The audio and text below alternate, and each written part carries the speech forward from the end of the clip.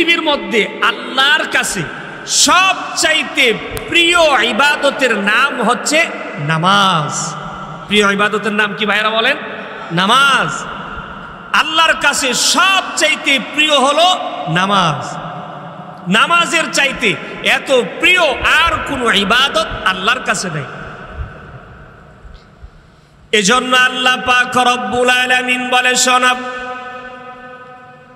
দুনিয়াতে আমি আল্লাহ তোমাদেরকে পাঠালাম একমাত্র উদ্দেশ্য হলো বান্দারা তোমরা আমার ইবাদত করবে, অন্য কারো ইবাদত করবে। এজন্য আমি আল্লাহ তোমাদেরকে পাঠায় নাই। বান্দারে দুনিয়ার মধ্যে আমি রব আল্লাহ, তোমাদেরকে না পাঠিয়ে আমি আল্লাহ অন্য একটা জাতিও পাঠাতে পারতাম, কিন্তু আমি রব আল্লাহ তোমাদেরকে নির্বাচন করে দুনিয়ার মধ্যে পাঠালাম। বান্দা তোমরা আমারও ইবাদত করবে, অন্য কারো ইবাদত তোমরা করবে না। আমি আল্লাহ ঘোষণা করে দিলাম, বান্দারে তোমরা যে নামাজ আদায় করবে এটা আমার জন্য করবে। কার জন্য জোরে বলেন? আল্লাহর জন্যই করবে, রবের জন্যই করবে। আল্লাহ পাক রব্বুল আলামিন নবিয়ুনা মুহাম্মাদুর রাসূলুল্লাহ সাল্লাল্লাহু আলাইহি ওয়াসাল্লামের মাধ্যমে জানায়া দেন আর বলেন, নবী গো, ও নবী আপনি তাদেরকে জানায়া দেন, কুল ইন্না সলাতি ওয়া নুসুকি ওয়া মাহইয়ায়া ওয়া মামাতি লিল্লাহি রাব্বিল আলামিন। আল্লাহু আকবার বলেন। আল্লাহর নবী বলেন, আল্লাহ তাআলা বলেন, ও নবী আপনি তাদেরকে বলেন, কুল ইন্না সলাতি, আমরা যে নামাজ আদায় করি আমাদের নামাজ, ওয়া নুসুকি আমাদের কুরবানি, ওয়া মাহইয়ায়া আমাদের হায়াত, ওয়া মামাতি লিল্লাহি রাব্বিল আলামিন। আল্লাহু আকবার বলেন।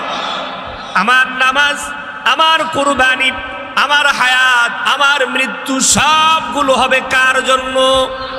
আরো জোরে বলেন, কার জন্য? আল্লাহর জন্য হবে। কারণ হলো আমি রব আল্লাহ। আল্লাহ তোমাদেরকে দুনিয়ার মধ্যে পাঠালাম, বান্দারে আমার ইবাদত ছাড়া অন্য কারো ইবাদত কিন্তু করা যাবে না। আল্লাহর নবী বলেন, সবচাইতে দুনিয়ার মধ্যে দামি ইবাদতের নাম হলো নামাজ। সুবহানাল্লাহ বলেন। দামি ইবাদতের নাম কি? নামাজ। এই নামাজ প্রতিষ্ঠার জন্য আমার আপনার কলিজার টুকরা নবী নবিয়ুনা মুহাম্মাদুর রাসূলুল্লাহ সাল্লাল্লাহু আলাইহি ওয়াসাল্লাম তায়েফের ময়দানে গিয়েছিল। তায়েফের ময়দানের মানুষগুলা কি বলছিল? তোমরা পড়ে নাও, লা ইলাহা ইল্লাল্লাহু মুহাম্মাদুর রাসূলুল্লাহ সাল্লাল্লাহু আলাইহি ওয়াসাল্লাম তায়েফে গেলেন, তাদেরকে বললেন তোমরা কালেমা পড়ে নাও, নামাজ পড়ো, রোজা রাখো, আল্লাহর কাছে দামি হয়ে যাবে, পরকালে জান্নাতবাসী হয়ে যাবে। সুবহানাল্লাহ বলুন। এই কথা বলার পর তারা মানলো না, অস্বীকার করলো, নবীকে দূর দূর করে তাড়ায়া দিল। আপনারা জানেন নবী করিম সাল্লাল্লাহু আলাইহি ওয়াসাল্লামের মাতৃভূমি মক্কাতুল মুকাররমার কুরাইশ বংশ, তিনি সেখানে জন্মগ্রহণ করলেন। এই জায়গায় যখন আল্লাহর কুদরতি পায়ে যখন সিজদায় যখন লুটে পড়তেন, আবু জাহেলের মতো এত কাট্টা কাফের মুশরিকরা আল্লাহর হাবিব সাল্লাল্লাহু আলাইহি ওয়াসাল্লামকে কি পরিমাণ অত্যাচার করেছেন সকলে আপনারা জানেন। আল্লাহর হাবিব সাল্লাল্লাহু আলাইহি ওয়াসাল্লাম নামাজের মধ্যে সিজদারত অবস্থায় আল্লাহর সঙ্গে কথোপকথনে নিমজ্জিত আছেন, আল্লাহর সঙ্গে কথোপকথনের মধ্যে ব্যস্ত হয়ে আছে। এমন সময় আবু জাহেল একজনকে ডাক দিয়া বলে, কে আসো? এমন মুহাম্মদের মাথার মধ্যে একটা নারী বুড়ি দিয়া দিবে, পচা ওঠে। একজন কাফের দাঁড়ায়া বলে, আমি আছি, মুহাম্মদের মাথার মধ্যে পচা নারী বুড়ি দিয়া দিব।